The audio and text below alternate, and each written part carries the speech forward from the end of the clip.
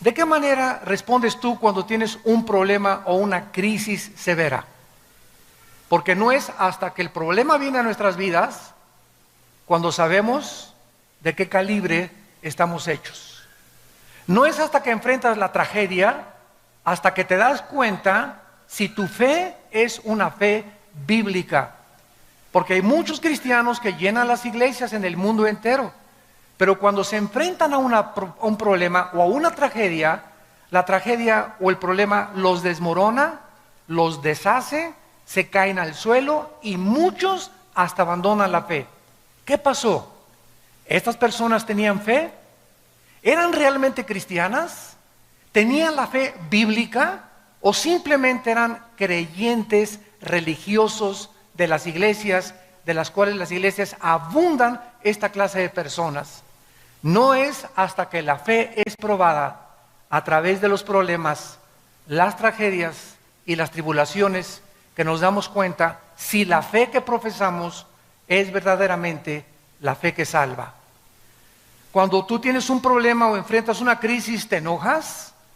¿O eres de las personas que avientas todas las cosas desesperados en tu casa y comienzas a gritar, cállense, nadie se me acerque, porque te salió el hombre Hulk por dentro? ¿O recurrimos algunas personas a anestésicos, como en las películas que tienen un problema, una crisis, y se preparan su copa de whisky o su copa de tequila para mitigar el dolor, para calmar la ansiedad, o un toque de marihuana, o un pericazo de cocaína, etcétera, etcétera?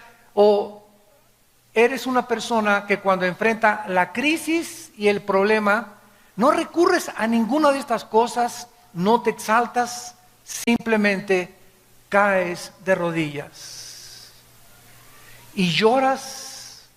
Y en la angustia derramas tu corazón delante de Dios. Dios mío, pasó esto, pasó aquello, y aquí no me voy a levantar hasta que yo tenga paz y me llenes de tu espíritu y la tranquilidad que Dios me da, que esto que me está pasando es para mi bien. Ahorita no entiendo por qué pasó este problema, pero sé por fe que es para mi bien, Señor, porque tú tienes un plan perfecto para mi vida. Y si tú diste tu vida por mí, ¿cómo no me darás todas las cosas?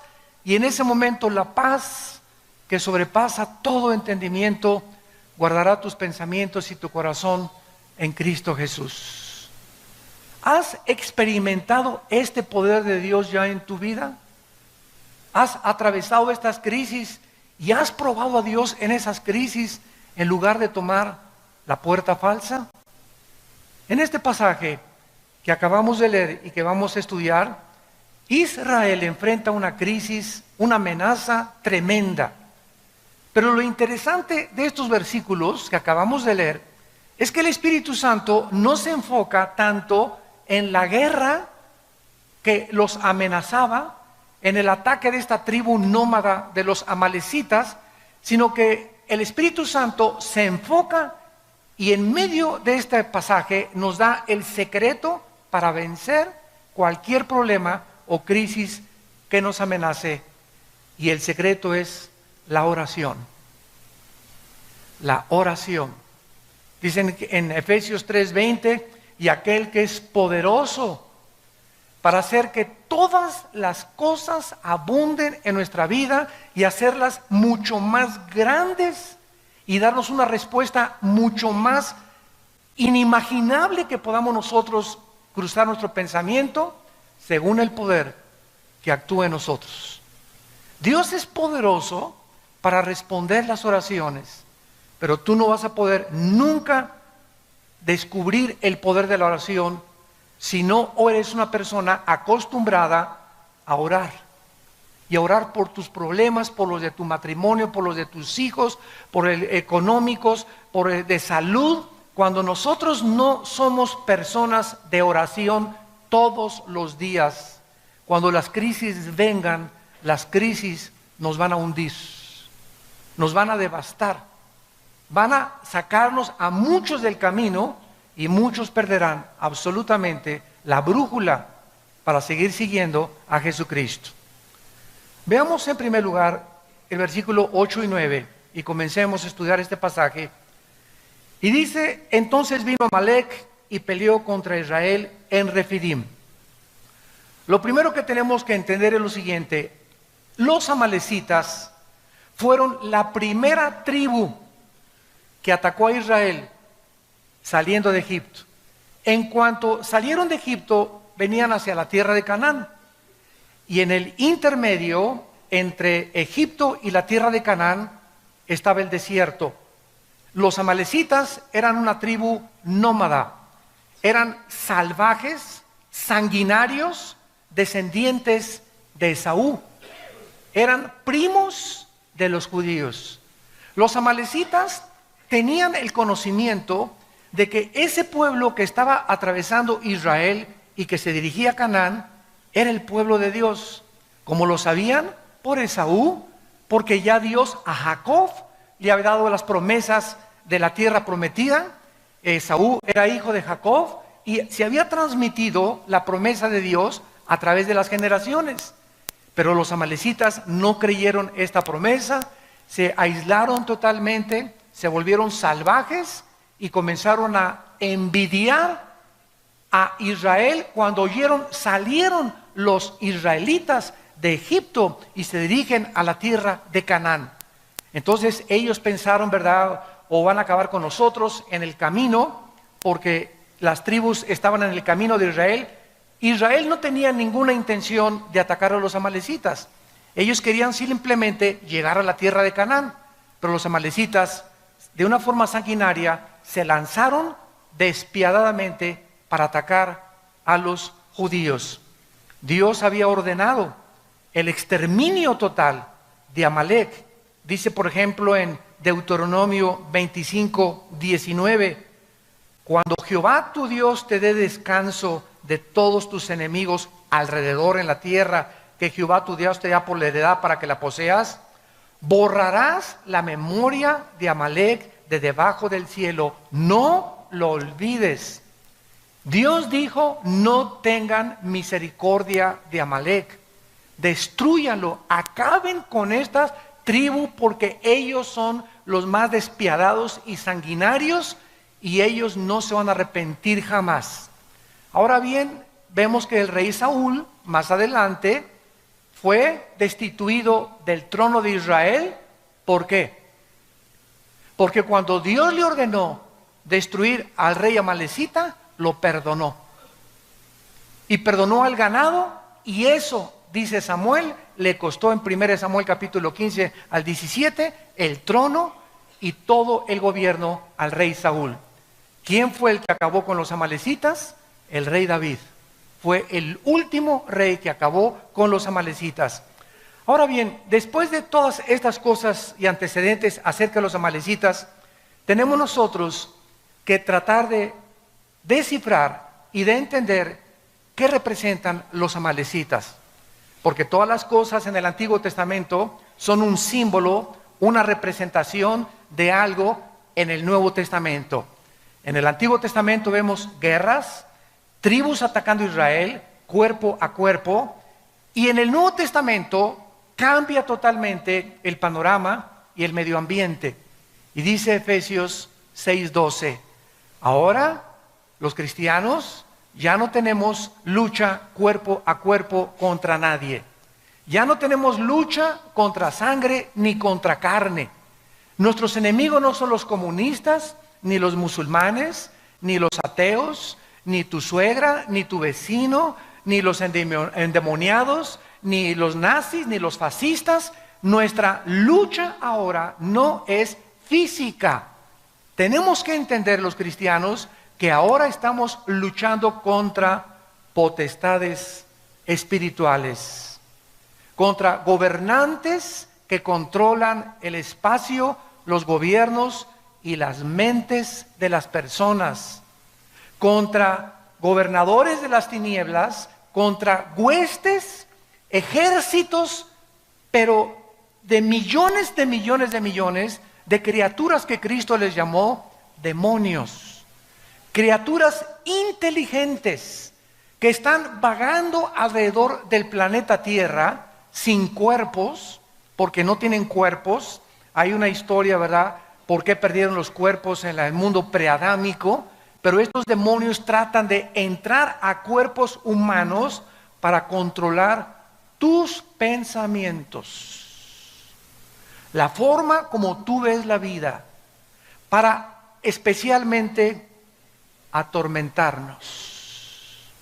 Satanás es el maestro en el arte de la tortura china.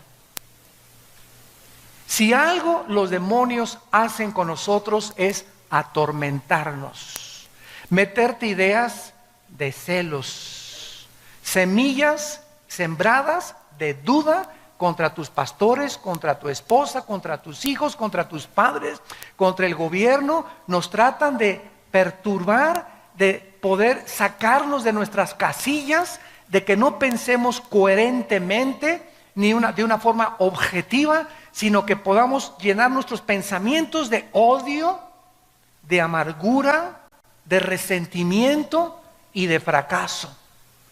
Te atormentan y te dicen: tú no vas a salir de perico perro, tú nunca vas a progresar, nunca te vas a volver a casar, todas las mujeres son iguales, todos los hombres son iguales, todos los gobiernos son iguales, y las iglesias son una bola de hipócritas, esto y el otro, no le creas a nadie. Y el mundo está gobernado, ustedes lo saben, por el odio. Si hay un espíritu ahorita en el mundo, es un espíritu de odio y de violencia. Porque esta es la razón por la cual Satanás está atacando a los seres humanos, para que entre nosotros nos ataquemos unos a otros. Y este espíritu está en las iglesias. Y ahora lo vemos, y yo lo veo en mis constantes viajes, ¿verdad?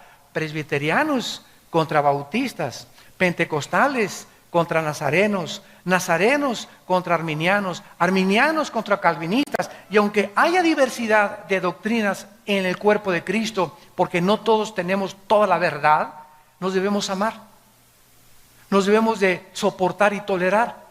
Ahí me encanta en los debates que tengo en la televisión, debatir con ateos, con comunistas o con hermanos en la fe, sobre que la salvación se pierde, que no se pierde, que los demonios, que esto y el otro, pero no con el afán de demostrar: pues yo sé más que tú, ¿verdad? Sino con el afán de sacar más la verdad y poder escudriñar, investigar. Y es preciosa meternos a la Biblia y darnos cuenta que muchas cosas que sabemos, no las sabemos como las deberíamos de saber. Entonces, cuando tenemos esa mentalidad, ¿verdad?, de no de competencia, sino de que somos un cuerpo, y no importa que tú seas bautista o Asambleas de Dios o Calacuaya o Amistad Cristiana o Vida Nueva, somos hermanos en Jesucristo y debemos amarnos y soportarnos y no competir entre nosotros, ni agredirnos, ni atacarnos los unos a los otros, que es lo que el diablo quiere hacer. Casa dividida no puede permanecer. ¿Qué representan los amalecitas? De acuerdo a la mayoría de los teólogos en el mundo, los amalecitas representan, o Amalek, la carne. No a Satanás, la carne. ¿Qué quiero decir con esto? El más grande enemigo que tú tienes y que yo tengo, no es Satanás. Está dentro de mí, está dentro de ti. El más grande enemigo que tenemos nosotros está dentro de nosotros. Escúchenme bien. Y si ese enemigo que está dentro de mí y dentro de ti, yo no lo conquisto, esas pasiones lujuriosas, sexuales, de venganza, de amargura, de odio, de resentimiento, de envidia, de avaricia, si no conquisto dentro de mí estas pasiones, no puedo conquistar a nadie. Porque vamos a conquistarnos primero a nosotros para poder gobernar. Yo no puedo gobernar si antes yo mismo soy presa y esclavo de mi propia carne dentro de mí. En Filipenses 3 el apóstol Pablo escribió: porque no somos de los que confiamos en la carne. Y cuando hablamos de la carne estamos hablando de esa antigua naturaleza adámica, caída, que aun cuando somos cristianos, está dentro de nosotros. Los cristianos no somos diferentes a los no cristianos, más que somos hombres perdonados, nada más. Pero los cristianos, igual que los no cristianos, seguimos teniendo pasiones, seguimos teniendo envidias, seguimos teniendo pleitos, seguimos teniendo las obras de la carne. ¿Por qué? Porque estamos en proceso de ir venciendo una por una a través de la santificación. Y por eso muchos no cristianos se espantan cuando ven muchos de nosotros pleitos entre los hermanos y envidias entre los hermanos, y lo primero que dicen, ¿qué es? Pues no, que son cristianos. Pues sí, pero contéstale, pero no soy querubín. Entonces, tratemos, ¿verdad?, de entender esto. Somos personas, los no cristianos tienen igual que nosotros, pero los cristianos tenemos dentro de nosotros el poder de Dios, que los no cristianos no tienen. El poder de Dios para vencernos a nosotros mismos. Dice en Santiago 4, resiste a Satanás y entonces él huirá de ti. Y más adelante dice, ¿verdad? Dios resiste a los soberbios y le da gracia a los humildes. Entonces fíjate lo que dice Santiago 4. Si yo quiero resistir a Satanás, no tengo que atacarlo y en el nombre te vengo a echar y por aquí por allá, menos que haya un endemoniado. Pero no luchar así, que se han juntado cristianos, hasta el Popocatépetl fueron a sacar demonios al Popocatépetl, ¿no? Y para que ya no eruptara y bueno, tantas cosas que hacemos, ¿verdad? Tan locas. En lugar de eso, dice la Biblia que la forma en la que yo impido que Satanás entre a mi vida, en la forma en la que yo impido que Satanás me ataque, es siendo humilde. Dios da gracia a los humildes, resiste a los soberbios. Y nosotros resistimos a Satanás y confiamos en Dios. Entonces, para que podamos nosotros resistir a Satanás, tenemos que ser humildes. Y de eso se trata el estudio que vamos a desarrollar a continuación. Vamos a ver, en primer lugar, tres cosas importantes en este ataque de los amalecitas. Número uno, este ataque que le lanzaron a Israel fue cruel y salvaje. Dice Deuteronomio capítulo 25. Fue un ataque cruel y salvaje. ¿A quiénes creen que atacaron los amalecitas?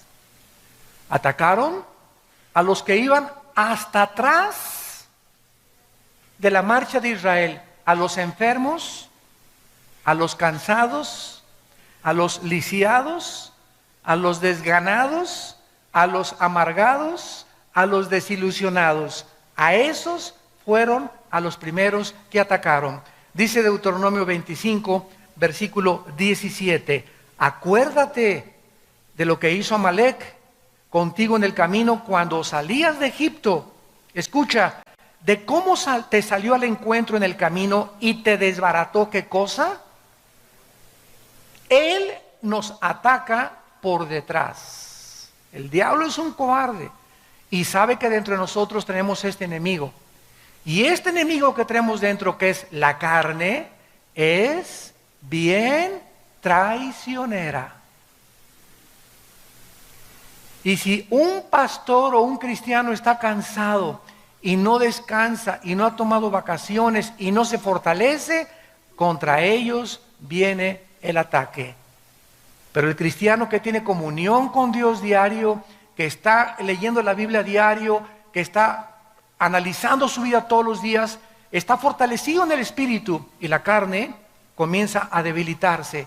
Y Satanás no tiene entrada a mi vida si mi carne yo la debilito espiritualmente y me fortalezco espiritualmente. Pero si yo comienzo a no darle de comer a la carne y alimento mi espíritu, entonces Satanás, Cristo dijo, el diablo no tiene parte en mí. ¿Por qué? Porque Cristo no tenía la naturaleza pecaminosa.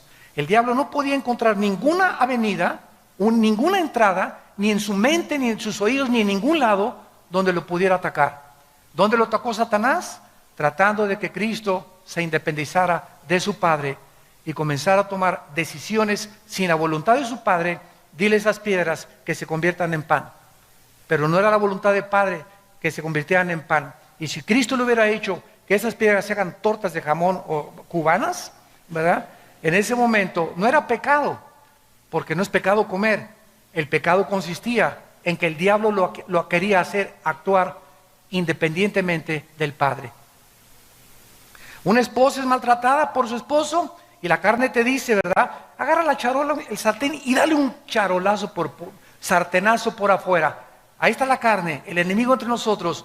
La Biblia me dice lo contrario. Ora por él y perdónalo. ¿Qué camino escojo? El camino de Dios. Yo lo perdono en el nombre de Jesús, aunque tenga ganas de ahorcarlo. Y cuando tomo esta decisión, viene el poder de Dios y Satanás no me puede atacar. Alguien te hizo alguien te robó, me quiero vengar y le voy a hacer esto y el otro. Si tomas el camino de la carne, pierdes. Mi esposo me traicionó, pues yo también me voy con otro.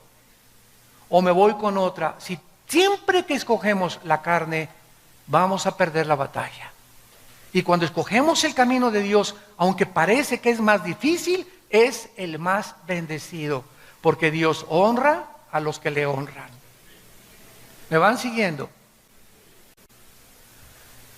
Dice en Deuteronomio 25, 18, cómo te salió por detrás, te desbarató la retaguardia de todos los débiles que iban detrás de ti. Cuando tú estabas cansado y trabajado y no hubo ningún temor de Dios. La carne es débil, débil, débil, débil. Marcos 14, 38. Orad porque el espíritu está presto, pero la carne es débil. Esta es la razón por la cual ustedes jóvenes que tienen un noviazgo, cuando sabes que tu enemigo está dentro, y ayer fuiste a una reunión de jóvenes y hablaste en lenguas y viste al arcángel Gabriel que se te apareció y te levantaste, hasta te levitaste del suelo y ya crees que eres querubín, ya eres especial en la iglesia, y al otro día te vas con tu novio a Chapultepec y él está débil en la carne. Y tú esa mañana, ayer estuviste muy fuerte y ayer tuviste experiencias espirituales maravillosas, pero todos los días amanecemos totalmente sin baterías. El pan nuestro de cada día, dánoslo pasado mañana, Señor. La semana que entra, el pan nuestro, dánoslo hoy. Cuando Dios les dio el maná, ¿qué les dijo en capítulo 16 a Moisés? Diles que no juntan el maná para el otro día, porque se les echa a perder. ¿Cuál es la lección? Que no dependamos de las fuerzas que tenemos hoy para el día de mañana. Cada día tenemos que enfrentar la guerra espiritual.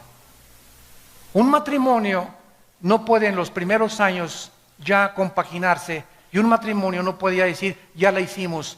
Puedes tener 70 años de casado y seguir teniendo problemas en el matrimonio, porque ninguno de los dos es querubín todavía. El matrimonio es algo de lucha, lucha, lucha, lucha, lucha toda la vida. Y si tú no estás luchando con Dios de tu lado, orando con las manos levantadas al cielo, ¿verdad? Amalek va a destruir tu matrimonio. Porque te va a comenzar el diablo que esa mujer no es para ti. Te va a comenzar que tu esposo tiene cara de ardilla. Y que puedes tener una persona con cara de Sylvester Stallone, ¿verdad? Y comenzamos con esas ideas por causa de que comenzamos a creer que podemos vencer y tener victoria sin una vida de oración. Esta ha sido siempre la estrategia de Satanás. Satanás no puede atacarnos más que a través de nuestra carne.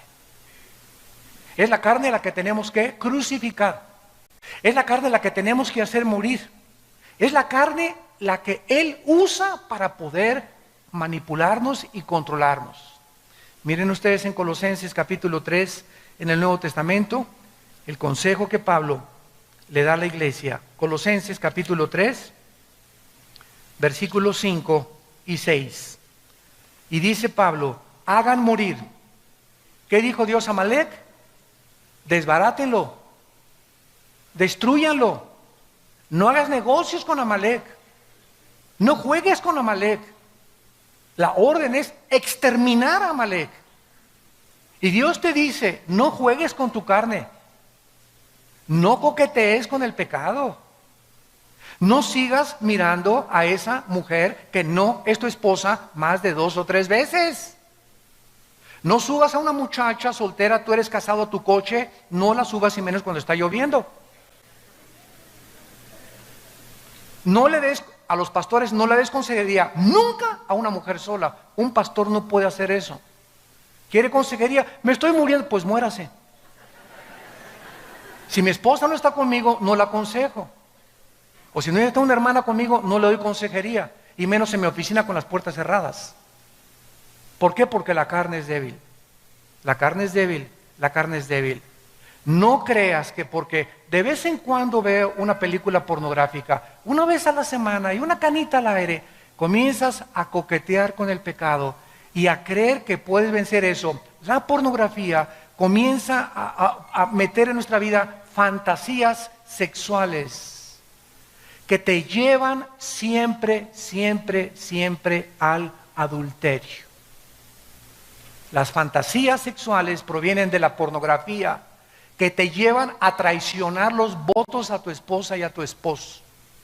Siempre comienza debilitando la carne Satanás. El que fuma comenzó con un cigarro, uno de vez en cuando. Al mes ya son 3, a los 2 meses ya te fumas una cajetilla, a los 2 años te fumas 2 cajetillas de cigarros. Y comienza con la marihuana. Hasta la bachicha, y comienzas a creer que la bacha y al año eres marihuano. En Acapulco les dicen macizos, de la Golden de Acapulco. El que comienza con la cocaína, igual con un pase, todo comenzó, como dice la canción, comenzó con un dedito y la mano agarró. Todo comienza poco a poco. Satanás nos va debilitando hasta que la carne me pide ya sexo, o me pide droga, o me pide alcohol, o me pide cigarro, o me pide esto. Y ahí es cuando yo ya abro la puerta a la invasión demoníaca. Y los demonios se vienen a atacar mis pensamientos, mi cerebro, y me amarran, me hacen esclavo de eso. Y hasta que no hay un quebrantamiento y un arrepentimiento profundo en mi vida, no puedo ser libre. Y para eso se necesita la obra del Espíritu Santo, porque Él es el único que nos convence de pecado. Por detrás viene la traición. En segundo lugar, el ataque fue sorpresivo. Israel no lo esperaba. Dice en 1 de Pedro 5:8, velad y orad porque vuestro enemigo el diablo está como león rugiente, pero rugiendo, buscando a ver qué hermanito está en la retaguardia. ¿Quién tiene ya 2 o 3 días que no ora? ¿Quién por ahí no trae su Biblia ya a la iglesia? Ya la Biblia ni les importa. A ver, esos hermanitos que ven en la noche, repórtenme por favor, les dice a los demonios, ¿quiénes de los que se dicen cristianos ven pornografía? Pásenme la lista, apunten y váyanse, manden un batallón contra esa casa y ataquen esa mente de esa persona. Anda buscando como león rugiente. A ver, ¿quién de los hermanitos es tranza? ¿Quién no ha pagado sus deudas? Pero se persina y dice que él es cristiano y tiene deudas por acá y deudas por allá y ni siquiera abona para las deudas. ¿Quién se iba a cassettes y libros de librería sin pagar? Búscame esos hermanitos y Satanás comienza a tratar de devorarte. Él no viene a lastimarte, viene a acabar contigo. No tiene misericordia Satanás ni los demonios contra nosotros. ¿Y qué pasó? Ay, pues Señor, el diablo, no le eche la culpa al diablo. Le abrimos la puerta a través de la carne, de la debilidad de la carne. Entonces, así es como los atacó Amalek. Fue un ataque sorpresivo. En tercer lugar, fue un ataque con el propósito de exterminar a la nación judía. Cuando nos atacan los enemigos, vienen con el propósito de acabar con mi vida. Si acaban con mi vida, acaban con mi matrimonio. Si acaban con mi matrimonio, acaban con mis hijos. Y tus hijos serán hijos de padres divorciados, sufriendo los traumas, los psicológicos que sufrieron el divorcio, y atacará tu negocio y atacará tu crisis y viene a acabar con todo lo que tú le des chance. Él viene para atacar, robar y destruir. Yo he venido para que tengan vida, dice Cristo, y para que la tengan en abundancia. Dice la Biblia en el Salmo 83 que esta fue la intención en todo el Antiguo Testamento de los enemigos de Israel. Querían exterminarlos y hasta el siglo XXI se sigue cumpliendo lo mismo. ¿Qué quieren las naciones ahorita de alrededor de Israel? La guerra del 67, la guerra de Yom Kippur del 73, la guerra del 81 y los demás ataques que les han lanzado, exterminar a los judíos. ¿Qué dijo el presidente de Irán, Ahmadinejad? Queremos borrar del mapa a Israel. ¿Por qué ese odio? O sea, ¿por qué Hitler quiso borrarlos del mapa? ¿Por qué en los tiempos de Esther quisieron borrarlos del mapa? ¿Por qué los babilonios los quisieron borrar del mapa? Porque es la única civilización a través de la historia que el mundo los ha querido exterminar.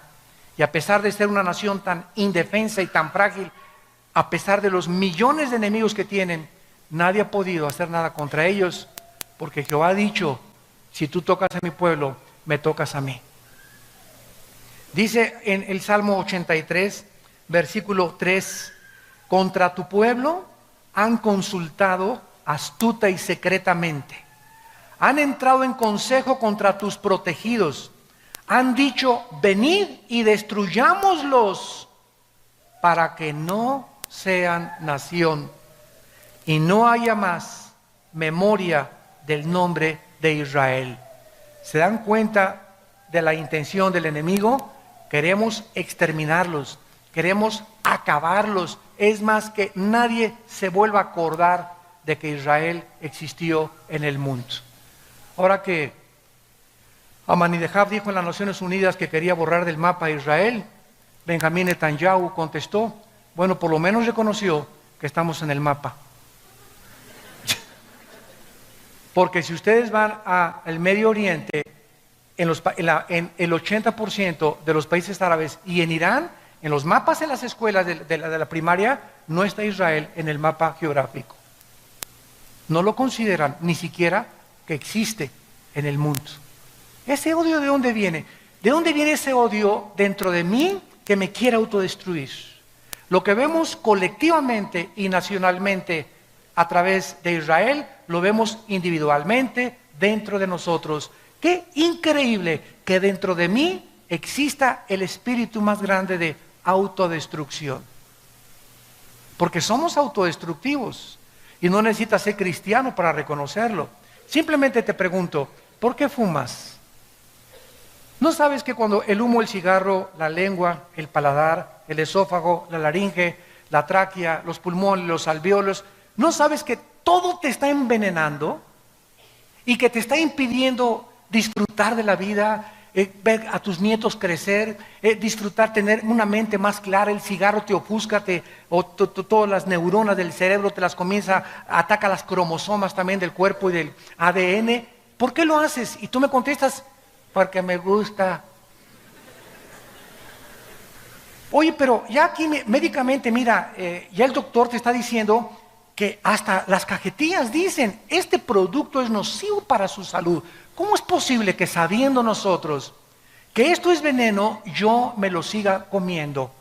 ¿Qué significa esto? Que la Biblia tiene razón, somos autodestructivos. No nos queremos. ¿Por qué tienes la panza de Santa Claus que tienes? ¿Que no sabes que vas a enfermarte, que el colesterol, la diabetes, etcétera, etcétera? ¿Por qué no haces ejercicio? ¿Por qué no tomas suficiente agua? ¿Por qué no hacemos por sobrevivir y mantenernos un poquito más saludables? ¿De dónde viene esos pensamientos de no quiero, estoy flaca, me da esto, por aquí, por allá, cuando estamos pagando un precio de algún día acabar en un hospital y pagar millones de pesos por una cirugía o por una operación, porque no quisimos tener en cuenta nuestro cuerpo? ¿De dónde viene esto? De la autodestrucción de Amalek dentro de nosotros. Y dice Dios, hagan morir las obras de la carne. Inmundicia, fornicación, malos pensamientos, cosas por las cuales, ya lo leímos en Colosenses, viene la ira de Dios. Dios dijo, yo estoy enojado contra Amalek. Y en el Nuevo Testamento, mi ira es contra las personas inmorales. ¿Quieres hacer enojar a Dios? A través de la inmoralidad. lo haces enojar y te va como en feria, no sabes el precio que vas a pagar. ¿Por qué? Porque va a destruir tu vida. La pornografía es como una termita que se mete entre nosotros y nos deshace moralmente. Hace poco acaban de entrevistar a un candidato a la presidencia y reconoce que ha tenido amantes. Y se ve como una naturalidad tremenda, ¿verdad? Los políticos en Estados Unidos, por todos lados. Divorcia el mundo, la moral de las obras que ellos hicieron. Es que este hombre hizo esto, hizo puentes, hizo construcciones. Y pues sus canitas al aire, ¿verdad? Todos los tienen. Y golpeó a la mujer, no hay ningún problema. Y divorciamos el carácter de lo que es la persona ante la sociedad. ¿Saben ustedes que ahorita en el mundo la palabra resultados ya se introdujo al cristianismo? Y dicen los cristianos, tuvimos muy buenos resultados en esta campaña. Y ¿saben una cosa? La palabra resultados no existe en la Biblia. Una máquina produce resultados, una computadora produce resultados, un robot produce resultados, pero un organismo vivo produce fruto. Solamente los organismos vivos producen fruto. Entonces nosotros no estamos para producir resultados, sino fruto. Apocalipsis 2, del 1 al 4. Mira la iglesia de Éfeso. Yo sé que eres celoso y repartes folletos y das tu diezmo y vas a la iglesia y cantas aleluya y vas a la misa de 7 de la mañana y te bautizas y esto es el otro, bla, bla, bla. Y ninguno de estos resultados los quiero porque tengo contra ti que no amas a nadie. Has perdido tu primer amor.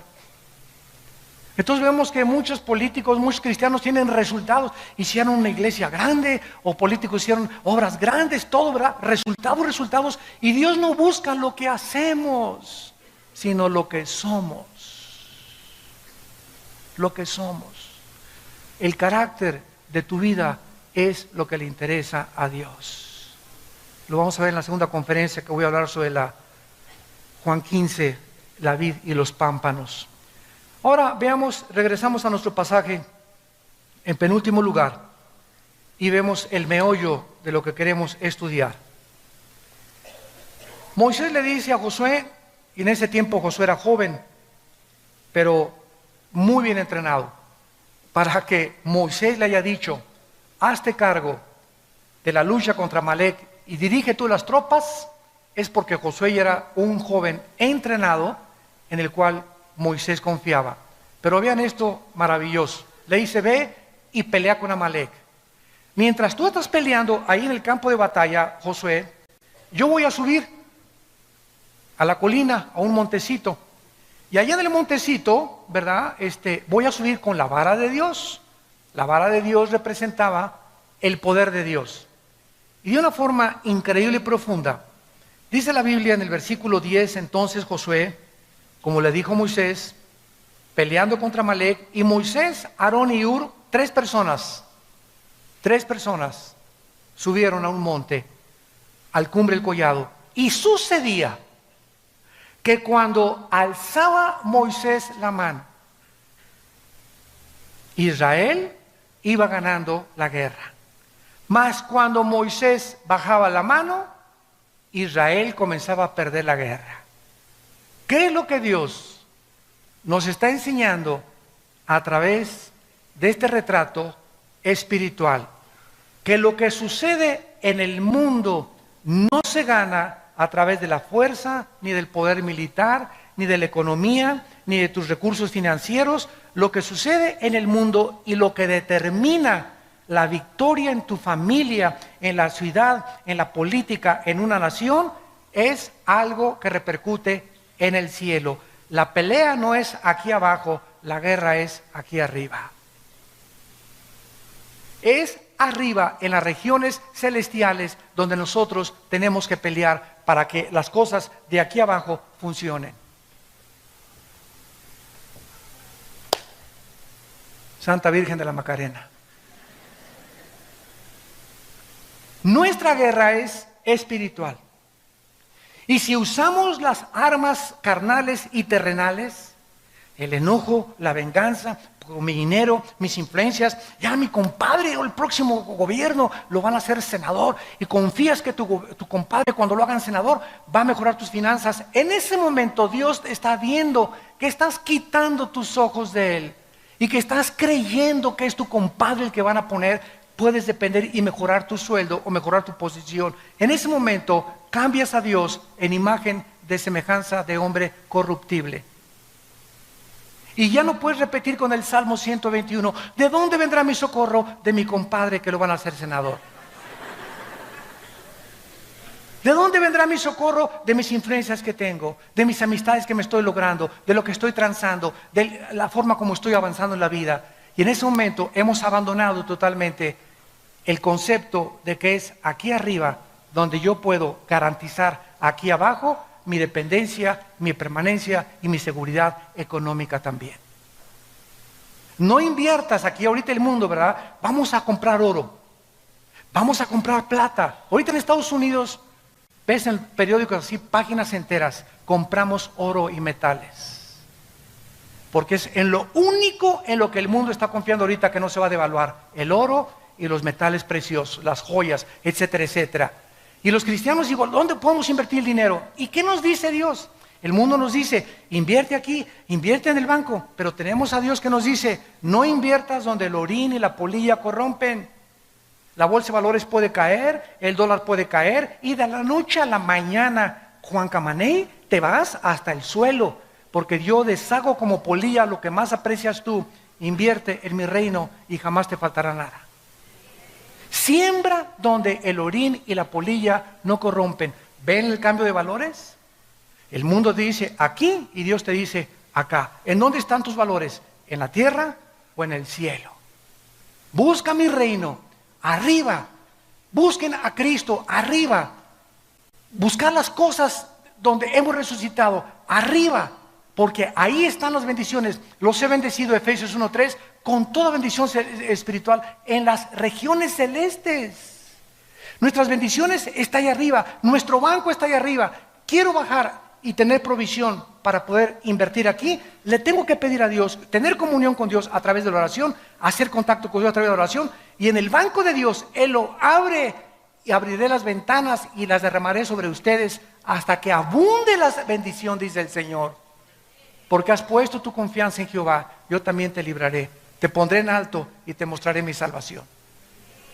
¿Dónde tenemos nuestro corazón?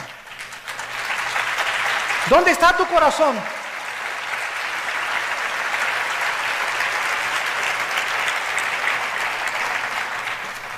Dice en Proverbios capítulo 21.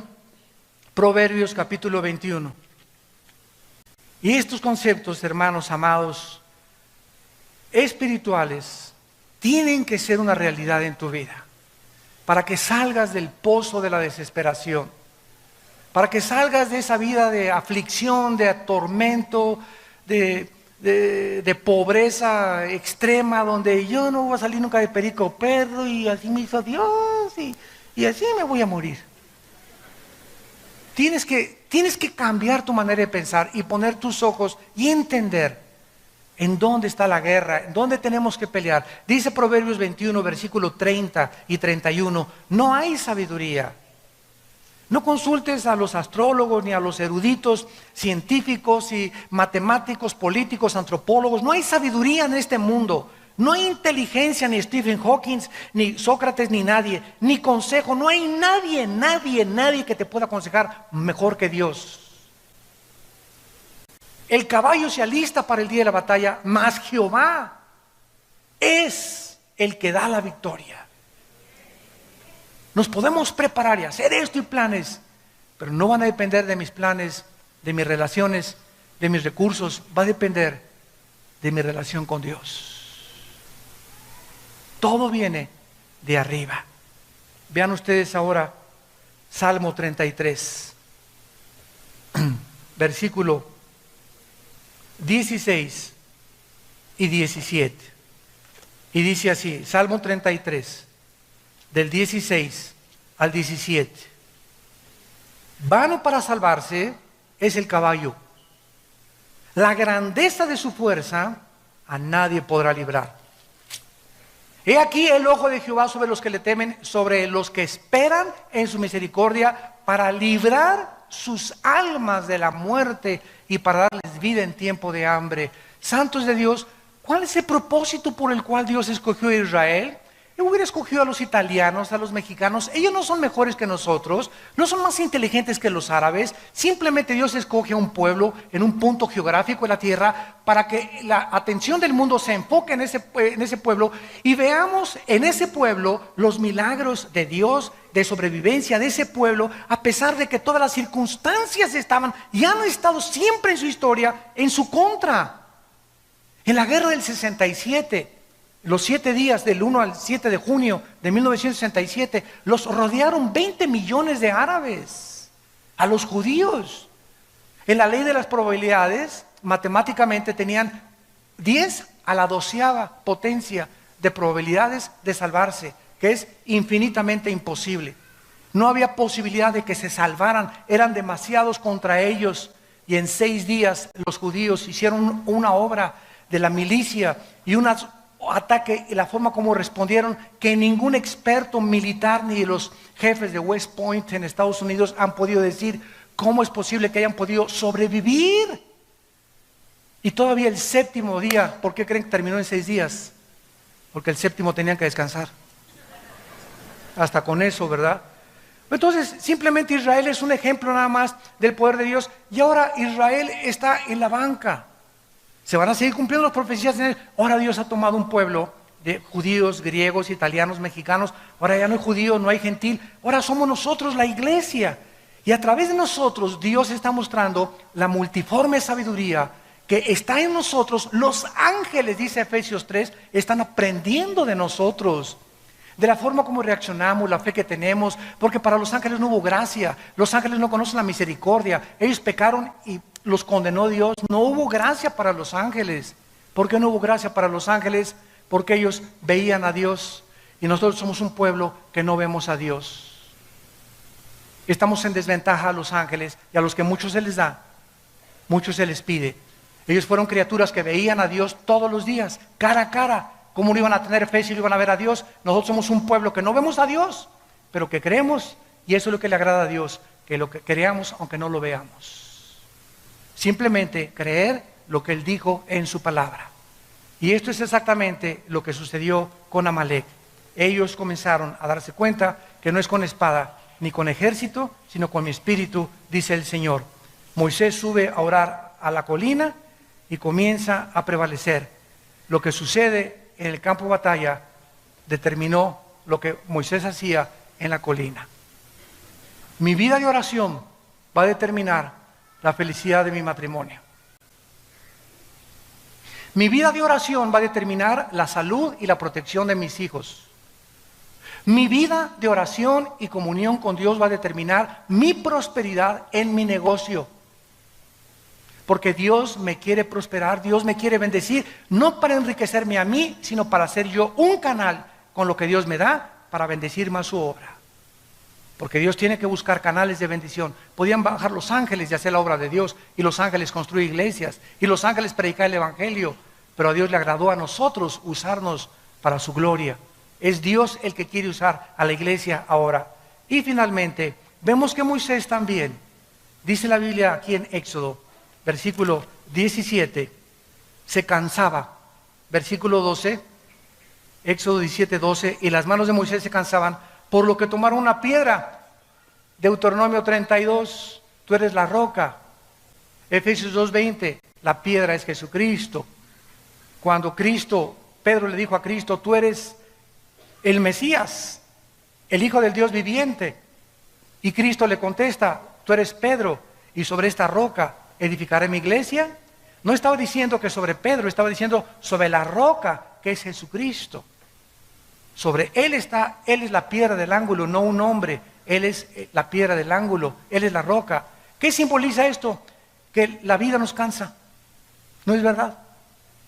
Yo llego, créamelo, en estos viajes que he tenido últimamente, llego así a mi casa, ya a la casa de ustedes donde vivimos, y llego cansado del avión, manejado, problemas por acá, esto y el otro, guerras espirituales, a veces problemas con los hijos, etcétera, etcétera, y cae uno así desguanzado, paz.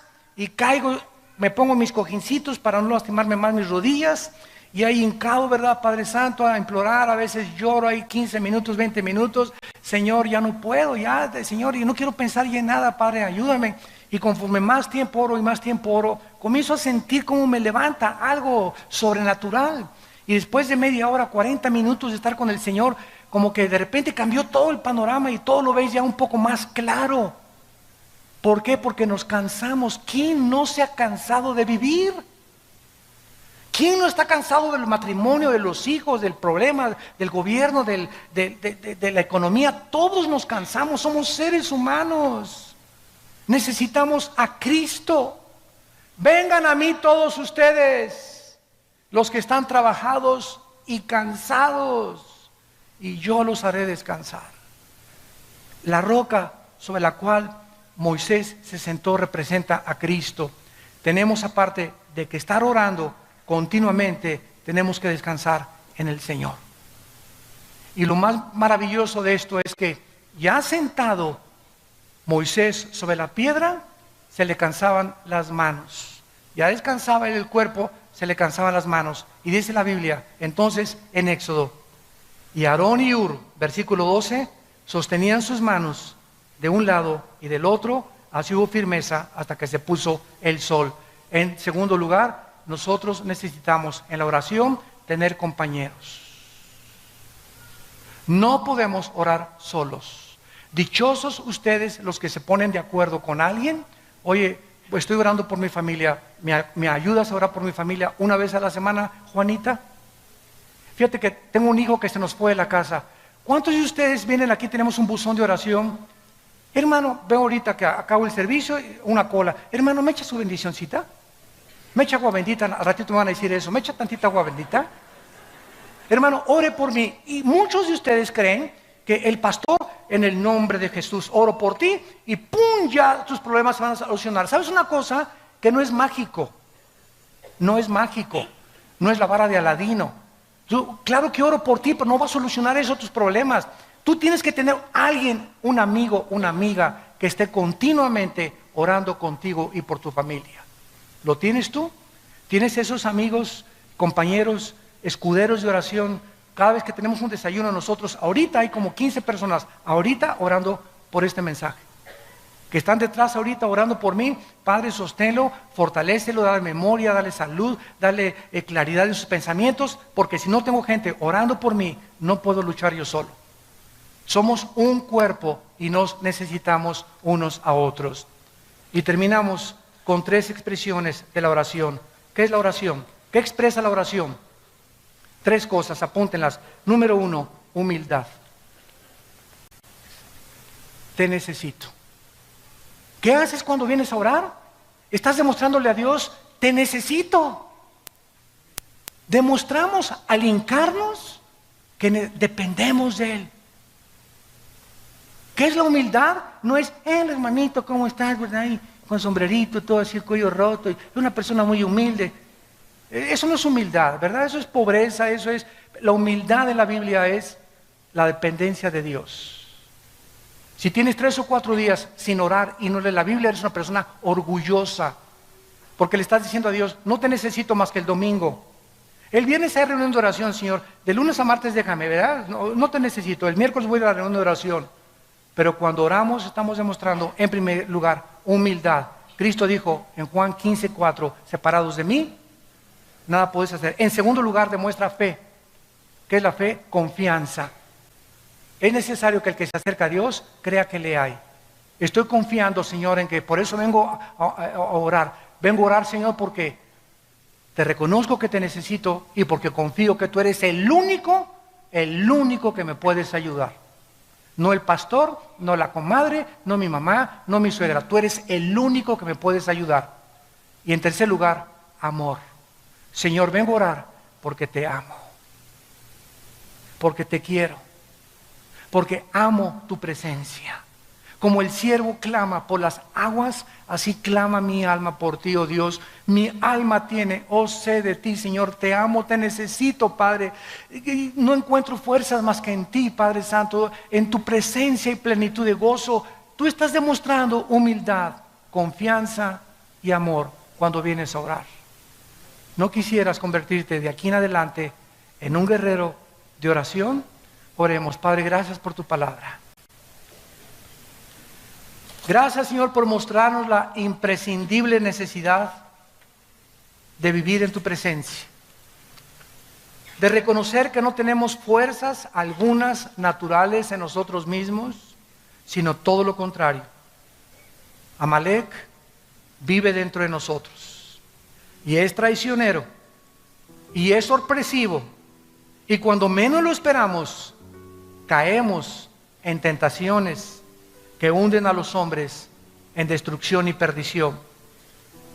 Teniendo conciencia del traidor que traemos dentro, vivamos en la presencia del Altísimo, subiéndonos a las alturas a través de la oración para determinar el éxito de nuestras victorias aquí abajo en el planeta Tierra.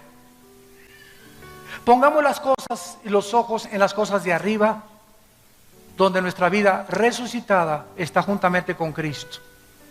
Y cuando Él se manifieste, nosotros seremos manifestados con Él en su gloria, porque nuestra vida está escondida en el Hijo de Dios.